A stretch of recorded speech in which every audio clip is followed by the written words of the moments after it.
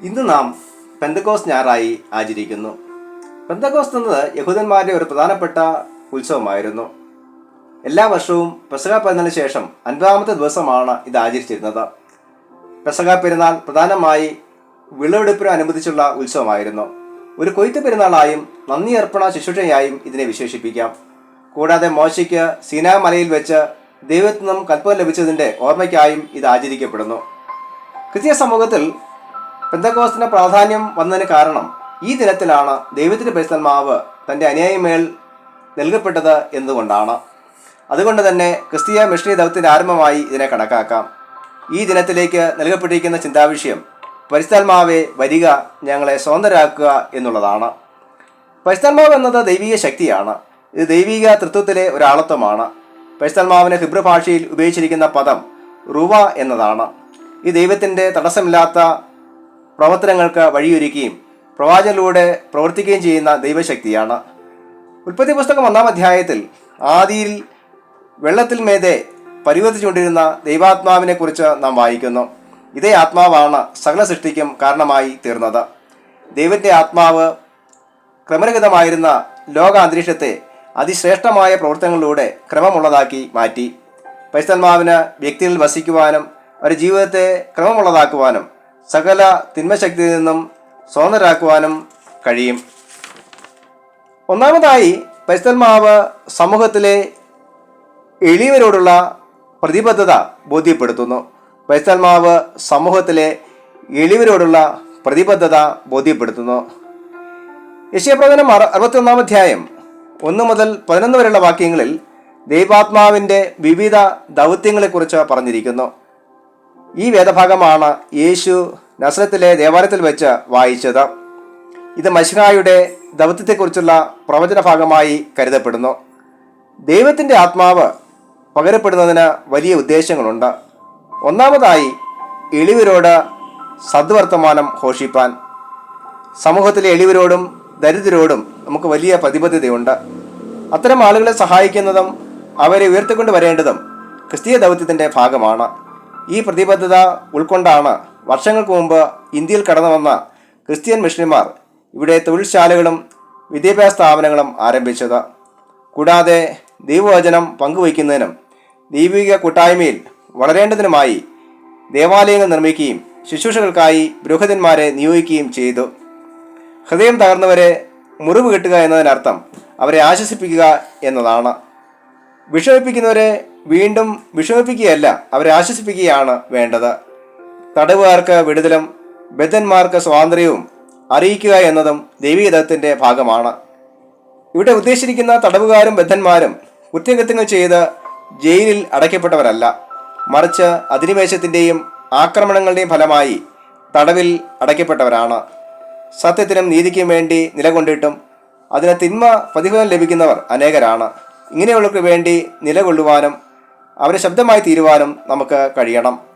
കൂടാതെ യഹോവയുടെ പ്രസാദ വർഷവും നമ്മുടെ ദൈവത്തിൻ്റെ പ്രതികാര ദിവസവും പ്രസിദ്ധമാക്കുന്നതും ദൈവാത്മാവിൻ്റെ ദൗത്യമാണ്. ദൈവത്തിൻ്റെ പ്രസാദ വർഷം എന്നുള്ളത് പാപമോചനമാണ്. പ്രതികാര ദിവസം അനുദപിക്കാത്തവർക്കുള്ള ശിക്ഷയുടെ ദിനങ്ങളാണ്. പുരാതന ശൂന്യങ്ങളെ പണിയുക എന്നത് ക്രമരഹിതമായി കിടക്കുന്ന ജീവിതങ്ങളെ ക്രമമുള്ളതാക്കുക എന്നുള്ളതാണ്. ഇങ്ങനെ അനേകരെ പ്രത്യാശയിലേക്കും നന്മയിലേക്കും നയിക്കുന്ന ജീവിത അനുഭവമാണ് ദൈവിക ആത്മാവിൻ്റെ പ്രവർത്തനത്തിലൂടെ നമുക്ക് ലഭ്യമാകുന്നത്. ക്രിസ്തീയ മിഷണറി ദൗത്യത്തിൻ്റെ അടിസ്ഥാനവും ഇത്തരം പ്രവർത്തനങ്ങളാണ് എന്നും നാം തിരിച്ചറിയേണ്ടതുണ്ട്. രണ്ടാമതായി പരിശുദ്ധാത്മാവ് വ്യക്തികളെ രൂപാന്തരപ്പെടുത്തുകയും ശക്തീകരിക്കുകയും ചെയ്യുന്നു. പരിശുദ്ധാത്മാവ് വ്യക്തികളെ രൂപാന്തരപ്പെടുത്തുകയും ശക്തീകരിക്കുകയും ചെയ്യുന്നു. അപ്പോസ്തലരുടെ പുസ്തകം 2-ാം അധ്യായം 1 മുതൽ 13 വരെയുള്ള വാക്യങ്ങളിൽ പരിശുദ്ധാത്മാവ് വ്യക്തികളിൽ വരുത്തുന്ന രൂപാന്തരത്തെക്കുറിച്ചാണ് വിവരിക്കുന്നത്. പെന്തക്കോസ്ത് പെരുന്നാൾ വന്നപ്പോൾ എല്ലാവരും ഒരു സ്ഥലത്ത് ഒരുമിച്ച് കൂടിയിരുന്നതായി രേഖപ്പെടുത്തിയിരിക്കുന്നു. യേശുവിൻ്റെ സ്വർഗാരോഹണ ശേഷം യേശുവിൻ്റെ ശിഷ്യന്മാരും ഒരുമനപ്പെട്ട പ്രാർത്ഥന കഴിച്ചു പോകുന്നതായി നാം വായിക്കുന്നു. കൂടാതെ ഇസ്കരിയോത്ത യൂദയ്ക്ക് പകരമായി മത്യാസ് എന്ന വ്യക്തിയെ തിരഞ്ഞെടുക്കുകയും അവനെ അപ്പോസ്തലന്മാരുടെ കൂട്ടത്തിൽ എണ്ണുകയും ചെയ്തു.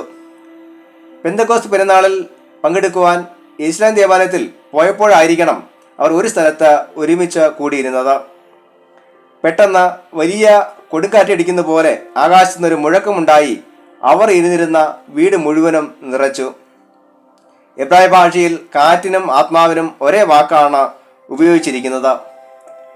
ദൈവത്തിൽ നിന്നും ജനിക്കുകയും ദൈവാത്മാവിനാൽ നയിക്കപ്പെട്ടതുമായ വ്യക്തികളെ കാറ്റിനോട് യേശു ഉപമിച്ചിട്ടുണ്ട്. കാറ്റിനെ കാണാൻ കഴിയാത്തതുപോലെ ദൈവാത്മാവും ദൃശ്യമല്ല, പക്ഷേ കാറ്റിൻ്റെ ശബ്ദം കേൾക്കാൻ കഴിയും. അതുപോലെ ദൈവാത്മാവിൻ്റെ പ്രവർത്തനങ്ങളും കാണാനും കേൾക്കാനും കഴിയും. കൂടാതെ ജ്വാല പോലെ പിളർന്നിരിക്കുന്ന നാവുകൾ അവർക്ക് പ്രത്യക്ഷമായി അവരിൽ ഓരോരുത്തരുടെ മേൽ പതിഞ്ഞും എന്നും നാം വായിക്കുന്നു. അഗ്നിജ്വാലയെ തീനാവുകൾ അല്ലെങ്കിൽ തീനാളങ്ങൾ എന്നൊക്കെ പറയാറുണ്ട്. തീ എന്നത് പഞ്ചഭൂതങ്ങളിൽ ഒന്നാണ്. ഇത് മനുഷ്യനെ മനസ്സിലാക്കുവാനും ഉൾക്കൊള്ളുവാനും പ്രയാസമുള്ള അത്ഭുതകരമായ ഒരു പ്രതിഭാസമാണ്. ഇവിടെ അഗ്നിജ്വാല പോലുള്ള നാവുകൾ അവരുടെ മേൽ പതിഞ്ഞു എന്നാണ് പറഞ്ഞിരിക്കുന്നത്. ഇതിനർത്ഥം അവിടെ അഗ്നിജ്വാലകൾ ഉണ്ടായി എന്നല്ല, ശക്തമായി സംസാരിക്കുവാനുള്ള വാക്കുകൾ അല്ലെങ്കിൽ നാവുകൾ അവർക്ക് ലഭിച്ചു എന്നുള്ളതാണ്. ഇതിൻ്റെ ഫലമായിട്ടാണ് അവർ അന്യഭാഷകളിൽ സംസാരിച്ചത്. അന്യഭാഷകൾ എന്നതും ആർക്കും മനസ്സിലാകാത്ത ഭാഷകളല്ല, ലോകത്തിൽ നിലവിലുള്ള ഭാഷകളാണ്.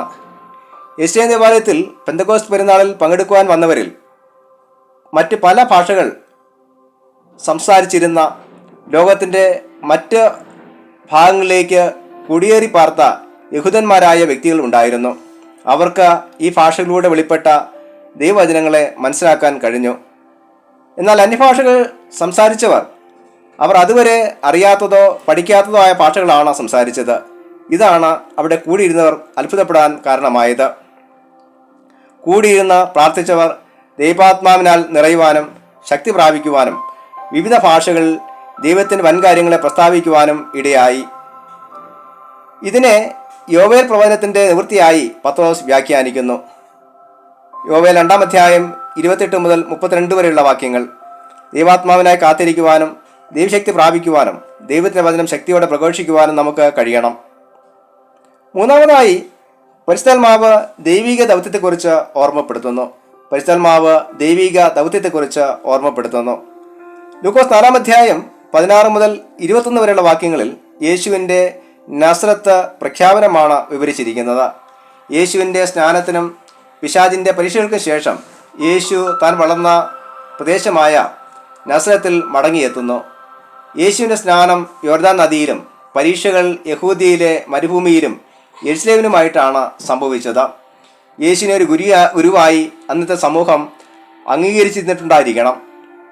ശബത്ത് നാളിൽ യേശു പതിവ് പോലെ നസ്രത്തിലെ സിനഗോഗിൽ പോയി അവിടെ ദൈവവചനം വായിക്കുവാൻ എഴുന്നേറ്റ് നിന്നു. യെശയ്യാ പ്രവാചകന്റെ ചുരുളാണ് അവന് നൽകപ്പെട്ടത്. യേശു ലഭിച്ച വേദഭാഗം യെശയ്യാ പ്രവചനം 61-ാം അധ്യായം 1 മുതലുള്ള വാക്യങ്ങളായിരുന്നു. മശിഹായുടെ ദൗത്യത്തെക്കുറിച്ചുള്ള പ്രവചന ഭാഗമാണിത്.